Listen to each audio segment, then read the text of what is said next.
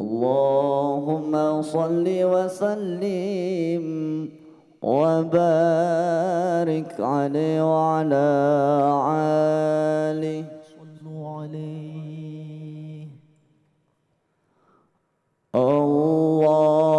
الله الله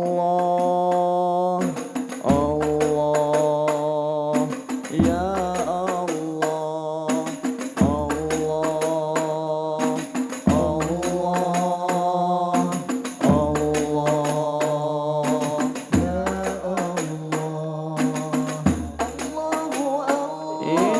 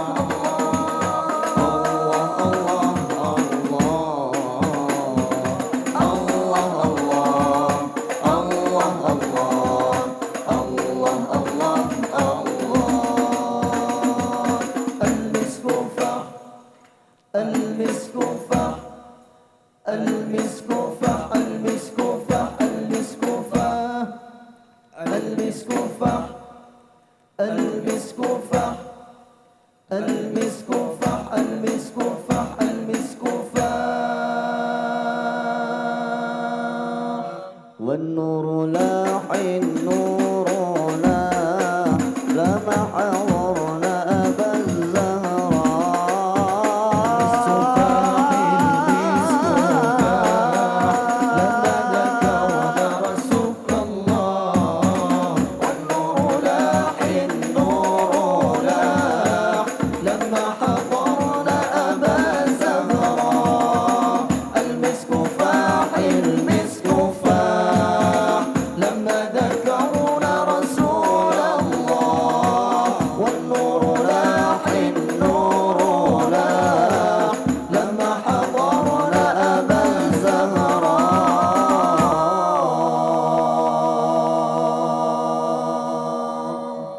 Assalamualaikum warahmatullahi wabarakatuh.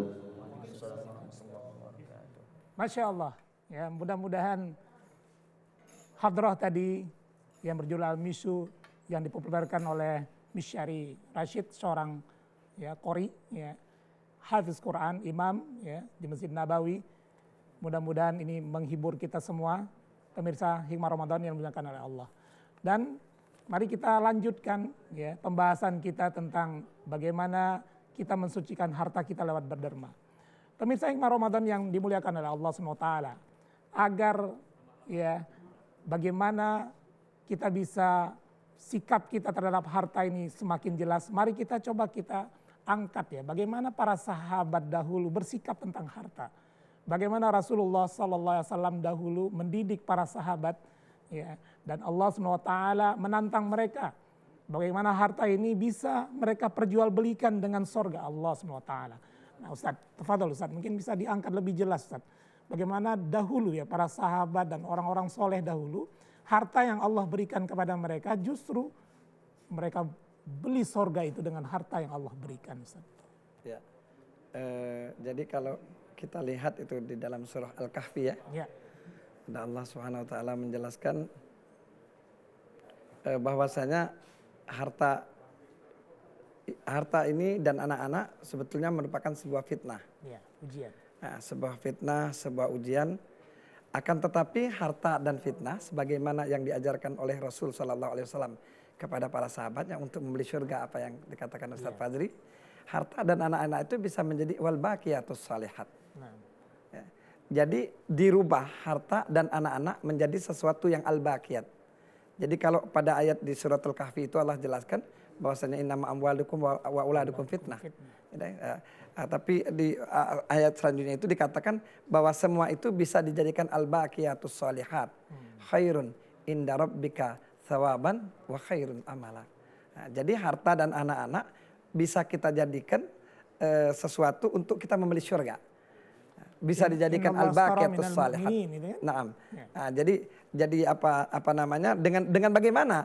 Tentunya dengan menjadikan anak-anak itu menjadi anak yang saleh, yang diridhai Allah, disekolahkan di tempat-tempat yang untuk mengenal Allah, untuk mencintai Allah, untuk dekat kepada Allah. Di antaranya disekolahkan di Izzuddin misalnya. Ya. Atau di ma'had yang mana memang ma'had dipimpin oleh seorang yang istiqamah, yang betul-betul di dalam hatinya bukan untuk bisnis. Tapi dia ingin menjadikan ma'had atau madrasah mereka menjadi madrasah yang bisa mendidik anak menjadi anak yang menjadi al-baqiyatus shalihat. Nah, kemudian lagi harta-harta yang kita mendengarkan bagaimana Sayyidina Abu Bakar mengeluarkan semua hartanya, bagaimana Sayyidina Utsman mengeluarkan semua hartanya hanya ingin mengharapkan syurganya Allah, untuk membeli syurganya Allah. Maka gambaran-gambaran itu digambarkan dalam Al-Quran bahwasanya semuanya bisa kita tukar dengan al-baqiyatus shalihat, sesuatu yang kekal, yang bisa kita persembahkan di hadapan Allah. Kalau anak tadi kita sekolahkan di jalan Allah, kalau rezekinya pun dikeluarkan di jalan Allah subhanahu wa ta'ala. Ya. Assalamualaikum, ada yang mau bergabung? Silakan. Assalamualaikum Pak Ustaz. Waalaikumsalam. Ibu siapa Bu? Di mana? Ibu Suharni di Palembang. Ya silakan Bu Suharni. Mau nanya Pak Ustaz. Ya. mensucikan harta itu dengan 2,5% ya Pak Ustadz ya. Yang itu wajibnya diberikan dengan siapa Pak Ustadz? Ya, itu Bu Suharni. Ingin tahu apa masjid, apa anak yatim, apa orang-orang yang tidak mampu, maksud saya itu penjelasannya Pak Ustadz. Baik Bu Suharni. Ya itu aja, Assalamualaikum. Ya, waalaikumsalam warahmatullahi wabarakatuh. Silakan Ya. Ustadz langsung. Ya, jadi dalam mengeluarkan harta pun di Quran juga sudah diatur. Ya. Ya. Jadi 8 asnaf yang telah ditentukan oleh Allah Subhanahu wa taala yang berhak untuk menerima daripada zakat zakatul mal yang memang merupakan sedekah yang wajib. Ya. Sedekah wajib. Jadi yang sedekah wajib ini yang Ibu tanyakan 2,5% itu sudah ditentukan oleh Allah Subhanahu wa taala. Di antaranya orang yang menerimanya adalah fugara. Fugara ini lebih bawah dari masakin. Kalau fugara ini orang tidak punya apa-apa. Benar-benar dia tidak punya apa-apa. Bahkan tidurnya mungkin di bawah jembatan. Ya. Dan makan pun kadang-kadang makan dari apa yang dibuangkan wong. Ini kategori fugara. Tapi kalau kategori masakin mungkin dia punya rumah. Tapi rumahnya sangat sederhana. Bahkan di sana sini rumahnya bisa bocor. Nah, dia memang punya pencarian. Tapi pencariannya habis hari. Nah, ini termasuk wong yang masakin. Kemudian di situ disebutkan juga orang-orang yang amil misalnya, amil zakat. Jadi ini jangan keliru, kita mungkin amil zakat ini wong yang bagi-bagikan zakat itu sudah ngaku ngamil. Tidak, amil yang dimaksud di sini, amil yang memang dia bekerja untuk menghitung zakat tersebut. Ya, dia betul-betul ikut mendata atau mereka yang betul-betul ditunjuk oleh pemerintah. Pemerintah untuk melakukan hal tersebut. Kemudian orang-orang yang hatinya masih dalam keadaan mu'alaf. Jadi bukan cuma orang baru masuk Islam. Kadang-kadang orang baru masuk Islam 3 bulan tidak ada mu'alaf lagi. Dia sudah hatinya sudah mantap istiqomah. Bahkan dia pun melok mengeluarkan zakat. Banyak. Jadi anak punya sohib-sohib dari kalangan Tionghoa juga. Kalau kita manggilnya dia mu'alaf. Tapi dia justru sudah menyantuni. Dia mengeluarkan zakat dengan jumlah yang Masya Allah. Kadang-kadang mengalahkan kita yang lahir sudah dari awal KTP Islam. Kalau mengeluarkan zakat itu cuma ini. Dan yang paling penting yang ditanya Ibu tadi, boleh tidak diunjukkan ke rumah sekolah misalnya. Itu tidak boleh. Masjid. Ke masjid. Itu bukan dari 8 asnaf yang menerima itu. Jadi kalau ada orang nak minta masjid, untuk masjid, Ibu keluarkan infak. Ibu keluarkan sedekah sunnah untuk bantu masjid. Kalau seandainya pun Ibu berikan kepada masakin yang dia pegawai Ibu misalnya. Ya, Ibu seharusnya memberikannya THR tapi Ibu kasih dia zakat, itu tidak sah. Nah, itu tidak sah. Ibu boleh kasih dia zakat tapi Ibu jelaskan ini zakat, ini THR. Jadi beda. Nah, baru sah zakatnya. Jadi memang pengeluaran zakat juga mesti hati-hati. Jangan sembarang kita keluarkan sehingga zakat kita pun menjadi zakat yang benar dan diterima oleh Allah. Ya. Baik Ibu Suharni tadi di Palembang, mudah-mudahan terjawab Bu pertanyaannya. Jadi sudah jelas tadi Ustadz menyampaikan ya semuanya sudah ada tertulis siapa yang boleh menerima zakat dan kepada siapa saja yang kita berikan zakat tersebut. Ini Ustadz kita lanjutkan lagi Ustadz ya. Jadi memang dahulu ya para sahabat itu memang memanfaatkan harta itu benar-benar agar mereka selamat di akhirat. Iya. Agar mereka mendapatkan kebaikan dari Allah SWT. Bahkan sampai digambarkan tadi, Abu Bakar As-Siddiq tanpa ragu-ragu dia bisa berinfak seluruh hartanya. Utsman bin Affan, bahkan sampai sekarang terkenal kan ada sumurnya Utsman bin Affan kalau kita di Madinah kan. Gimana tuh Ustaz? Ya, jadi ketika Sayyidina Abu Bakar ditanya, terus apa yang kau tinggalkan untuk keluargamu? Allah dan Rasulnya. Masya Allah. Dijawab oleh Abu Bakar seperti itu. Kemudian terkenal tuh cerita sumur yang dibeli oleh Sayyidina Utsman. Sumur ini betul-betul menjadikan hajat hidup orang banyak. Jadi nama sumurnya itu lupa nama seorang Yahudi. Ya, nama seorang Yahudi. Jadi sumur ini memang betul-betul menjadikan hajat hidup khususnya orang Islam pada masa itu. Jadi ketika sumur lain kering, kalau di Madinah itu kalau sudah lagi musim kering, semua sumur-sumur mereka tidak ada airnya. Kecuali sumur Summa ini. Nama seorang Yahudi. Sumur si Yahudi ini masih tetap ada airnya walaupun lagi musim kering. Sehingga ketika lagi musim kering, si Yahudi menjual airnya dengan harga yang tinggi sekali. Sehingga umat Islam tidak bisa mampu untuk membeli air tersebut. Maka ketika Rasulullah SAW melihat kenyataan itu, Rasulullah tawarkan dengan sahabatnya, siapa yang mampu untuk membeli surga dengan membeli sumur sumah tersebut. Maka tanpa ragu, Sayyidina Utsman Ibn Affan membeli sumur tersebut. Membeli sumur tersebut dengan harga yang sangat tinggi. Iya. Akan tetapi seorang Yahudi tersebut tidak memberikan semuanya. Dia hanya memberikan sebagian. Ada telepon mungkin? Assalamualaikum. Waalaikumsalam. Ya. Dengan siapa nih Pak? Di mana? Roni di Palembang. Wah, Pak Roni Palembang. Silakan Pak Roni. Assalamualaikum Pak Ustaz. Waalaikumsalam warahmatullahi wabarakatuh. Ini tentang zakat fitrah Pak Ustaz ya. Silakan Pak Roni. Ya, silakan. Tanyakan Pak. Jadi batasan baler itu Pak Ustaz ya. Di mana gitu kan batasan baler dan anak yatim itu. Katanya kalau baler dikatakan anak yatim itu ya sudah nikah baru apa itulah macam mana lah itu nanggapnya ya. Jadi anak yatim tentang anak yatim. Ya. Sudah tuh kami ini sering bagikan zakat fitrah ini melalui masjid. Itu kita kasihkan uang itu udah kasih perubahan Pak Ustaz setiap tahunnya. Secara dia nyalonkan agama tadi kan tidak dia kan. Padahal kami kan untuk supaya dia tadi berubah.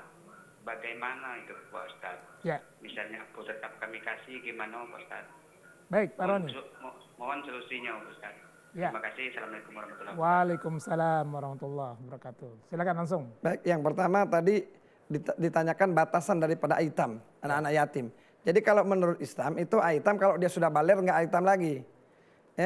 Jadi belum 15 tahun pun kalau perempuan itu sudah haid, dia bukan termasuk aitam lagi. Kalau memang mereka harus dibantu, dia udah termasuk golongan fuqara atau masakin. Ya. Nah, ini jadi perlu kita tahu bahwa mereka sebetulnya tidak termasuk lagi aitam.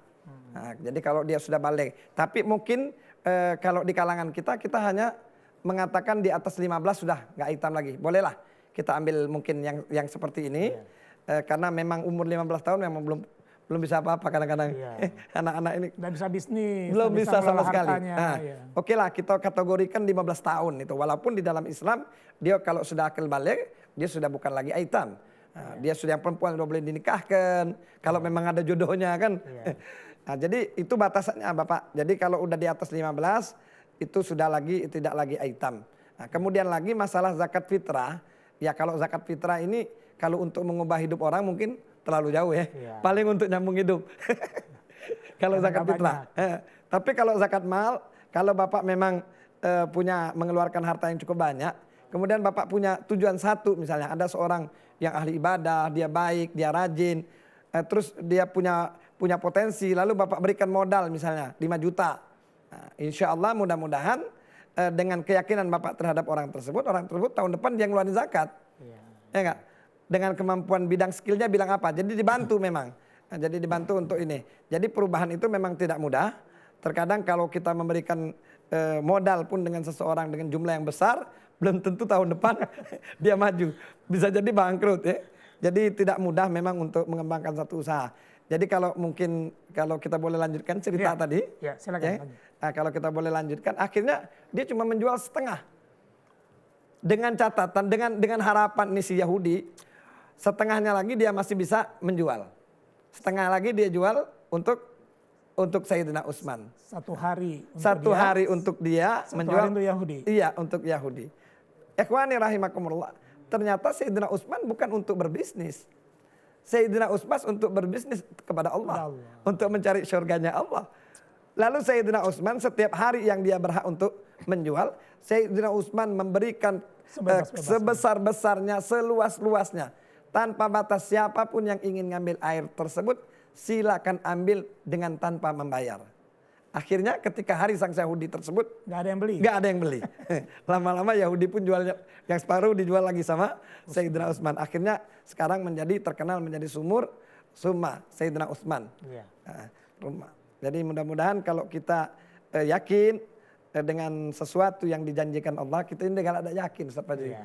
Masalahnya itu tidak ada yakin bahwa Allah janjikan harta itu untuk membersihkan, dia tidak yakin, disimpan akhirnya harta tersebut habis untuk ngobati diri dia kadang-kadang untuk macam-macam. Kadang-kadang dia belum sempat nikmatinya sampai hari tuanya pun dia tidak sempat untuk bersenang-senang di masjid. Ya. Tapi ajal sudah jemputnya. Baik Ustaz, ada yang bergabung lagi. Assalamualaikum. Iya, dengan Ibu siapa? Saya Bu Ruli, Pak. Bu, silakan Ibu. Ya, makasih Pak ya. Di mana Bu? Saya di Palembang. Oh di Pak. Palembang juga, silakan. Assalamualaikum Pak Ustaz. Waalaikumsalam. Saya numpang tanya Pak Ustaz ya. Apa beda bayar mut, bayar fidyah, dan syarat kegunaannya, berapa jumlahnya? Ulangi lagi Bu, bayar fidyah, fidyah. mut ya. Iya. Ya. Makasih Pak Ustaz. Assalamualaikum. Waalaikumsalam. Jadi mut itu Bu, jumlahnya Bu, nilai yang dibayarkan. Fidyah itu nama pembayarannya. Jadi dibayar fidyah. Jadi sebetulnya mut itu jumlahnya, misalnya Ibu bayar fidyah, jumlahnya dengan 700 gram beras. Nah itu mut itu di kategori lebih kurang sekitar untuk lebih bagusnya lebih kurang 700 gram lah. Insya Allah jangan sampai kita kurang, lebih baik lebih. Nah, jadi bayar mut itu. Nah, jadi Ibu tadi ngomongkan perbedaan, artinya dia bukan perbedaan, tapi dia satu kesatuan malah. Jadi bayar fidyah dengan satu mut. Tadi ada lagi pertanyaan lain. Satu tuh Cuma satu pertanyaannya. Ya. Baik pemirsa Hikmah Ramadan yang dimuliakan oleh Allah SWT. Jadi kita kembali lagi ya, tema kita tentang bagaimana mensucikan harta kita dengan berderma. Bersama kita Ustadz Habib Ghosim ya, Ustadz Ghosim ya. Dan membahas tentang tema ini, silakan Anda bergabung bersama kami ya. Ini Ustadz, tadi menarik ya Ustadz ya. Justru kita lihat sahabat-sahabat yang banyak ya berzakat atau berderma atau bersedekah itu justru hartanya makin lama makin banyak Ustaz. Iya. Ya. Allah buat hartanya makin berlimpah dan berlimpah. Bahkan sampai digambarkan cerita ketika sahabat Utsman bin Affan atau Abdurrahman bin Auf pergi hijrah ke kota Madinah, mereka nggak bawa harta kan dari kota Mekah. Ditinggal semua. Justru begitu sampai mereka di kota Madinah, lalu mereka membuka pasar, ya, mereka berdagang. Justru Allah perlihatkan di situ keberkahan. Selama ini mereka membelanjakan harta di jalan Allah, justru Allah kembangkan harta mereka di Madinah. Gimana nih Ustadz? Kita melihat fenomena ini. Jadi memang banyak sekali kita saksikan cerita-cerita sahabat Rasulullah. Yang hartanya semakin diberikan oleh, semakin dia sedekahkan, semakin dititipin oleh Allah. Karena ternyata dia amanat mungkin. Nah, dia amanat dengan titipan Allah, maka Allah tambahkan hartanya. Bahkan jangankan orang baik seperti sahabat-sahabat Rasul. Bahkan dijelaskan dalam sebuah hadis bahwasanya orang yang gemar untuk menginfakkan hartanya, membantu fuqara wal masakin, sekalipun dia orang fasik, sekalipun dia orang fasik akan dikayakan terus oleh Allah. Ditambah hartanya sama Allah. Jadi memang sedekah ini Allah akan tunjukkan di dunia ini bahwa orang yang bersedekah itu hartanya bal yazdad. Bertambah. Banyak cerita itu. Ada orang yang tidak bersyukur dengan kemiskinannya. Menceritakan kepada Nabi Allah Musa, datang dengan Nabi Allah Musa, tolong doakan biar aku bisa jadi orang kaya, bisa beli pakaian yang bagus, bisa makan yang enak. Dikatakan Nabi Allah Musa banyak-banyak bersyukur. Marah dia dengan Nabi Allah Musa. Dia katakan kepada Nabi Allah, apa yang aku harus syukuri? Pakaianku begini, makanku susah. Lalu Nabi Allah Musa diam dan meninggalkan orang tersebut. Datang lagi sahabat Nabi Allah Musa dengan pakaian yang luar biasa, bagus. Dia mengatakan, wahai Nabi Allah Musa, tolong doakan aku. Biar Allah jangan terlalu banyak titipin harta dengan aku. Aku takut nggak bisa banyak bersyukur sama Allah. Berkurang nanti ibadahku kepada Allah. Karena repot mengurusin harta. Tapi ikhwani, kata Nabi Allah Musa, banyak-banyak bersyukur kepada Allah. Dia mengatakan, tentu wahai Nabi Allah Musa, aku akan selalu bersyukur. Luar biasa nikmat Allah kepadaku. Akhirnya Nabi Allah Musa pun meninggalkan orang tersebut. Dan gimana keduanya? Yang satu diberikan tambah miskin oleh Allah. Tambah susah hidupnya. Tapi yang satu lagi Allah tambah kekayaannya. Allah tambah amanatnya karena dia adalah seorang yang amanah. Jadi orang yang kaya, yang berusaha semaksimal mungkin dalam dunia bisnisnya. Tapi di dalam hatinya aku ingin membantu Allah. Aku ingin memilih surga. Ya. Apa yang dikatakan oleh Ustadz Fajri tadi, oleh Ustadz, aku ingin membeli surga. Maka Allah akan memperbaiki niaganya kepada orang tersebut. Ya. Maka Allah akan berikan tambah rezekinya, bisnisnya dan segala macam yang ia usahakan akan ditambah oleh Allah Subhanahu wa taala. Karena dan setiap usaha dia terhitung ibadah kepada Allah. Ya, ya. Jadi bisnisnya dia itu ibadah kepada Allah. Betul, betul. Karena di dalam hatinya semua bisnisnya ini akan diabdikan untuk Allah, membeli syurga dan keridhaan Allah Subhanahu wa taala. Maka dalam bisnisnya Allah hitung ibadah untuknya. Masya Allah. Jadi memang pemirsa hikmah Ramadan yang dimuliakan oleh Allah SWT. Jadi kalau sahabat dahulu, mereka benar-benar memanfaatkan sebagian harta yang mereka miliki dalam rangka untuk membeli kebahagiaan akhiratnya. Ya. Inna Allah astara minal mu'minin bi anna lahumul jannah. Ya, Sawa. bagaimana Allah berdagang dengan mereka dan mereka ingin membeli surga Allah dengan harta yang Allah titipkan kepada mereka. Masya Allah. Jadi pemirsa, apabila Anda punya 5 ruko, 2 rukonya belilah surga Allah dari situ ya Ustaz ya. Sawa. Kalau punya 2 mobil, 3 mobil, 1 mobilnya siapkanlah untuk jalan bertemu dengan Allah untuk membeli surga Allah SWT. Masya Allah betapa indahnya. Dan tadi Ustadz Habib menyampaikan ya bagaimana orang-orang yang senang bersedekah itu justru ada keberkahan. Manfaat dari hartanya makin bertambah ya Ustadz ya. Sama. Justru Allah SWT berikan kedamaian, ketenangan dengan harta tadi. Dan dia mendapatkan intisari daripada harta tadi ya. Dengan harta tadi dia bisa memberikan kegembiraan, kebahagiaan kepada orang-orang yang memang sedang diuji oleh Allah SWT. Gimana Ustaz? Ya. Jadi sebetulnya di balik itu kan rahasia. Allah yang menjelaskan di Quran yang surah At-Taubah tadi bahwa doa orang-orang yang diberikan itu akan memberikan kebahagiaan kehidupan bagi mereka. Nah, jadi lahumul busyra. Lahumul busyra. Bagi mereka itu berita gembira untuk orang-orang yang gemar bersedekah, yang ikhlas untuk mendermakan hartanya di jalan Allah untuk mencapai keridhaan Allah Subhanahu wa taala. Jadi ya kita serukan jangan sampai kita menjadi orang-orang yang bakhil. Ada satu jamaah majelis saya, dia bilang kepada saya, Ustadz saya ini udah sulit untuk bersedekah segala macam karena kami sudah pensiun. Padahal hartanya masih banyak. Tadi disebut rukonya masih ada banyak, tanahnya berhektar, mobilnya masih bersusun. Dia katakan hal yang seperti itu. Dia sulit untuk bersedekah katanya. Saya bilang untuk apa harta yang sekarang ini? Buat masa depan atau buat hari tua? Baik Habib Ghazim Al-Kaf, kita sudah sampai di penghujung acara kita ini. Jadi mungkin agar pembicaraan kita ini mendapatkan poin-poinnya, mungkin Habib bisa memberikan kesimpulan yang lebih tajam sehingga para pemirsa kita bisa mengambil pelajaran dari itu. Jadi mungkin kita simpulkan juga dengan ayat Quran. Allah mengingatkan kepada kita, ya ayyuhalladzina amanu la tulhikum amwalukum wala auladukum an dzikrillah. Wa may yaf'al dzalika faulaika humul khasirun. Wahai orang yang mengaku beriman, jangan sampai itu titipan Allah, harta dan anak-anak membuat kau lupa kepada Allah. Semuanya abdikan untuk Allah. La tulhikum amwalukum wala auladukum an dzikrillah. Wa may yaf'al dzalika faulaika humul khasirun. Kamu kalau andainya itu melupakan kamu kepada Allah, kamu termasuk orang-orang yang rugi. Wa anfiqu mimma razaqnakum min qabli ayyati ahdakumul maut. Kau nafkahkan harta sebelum kematian menjemputmu.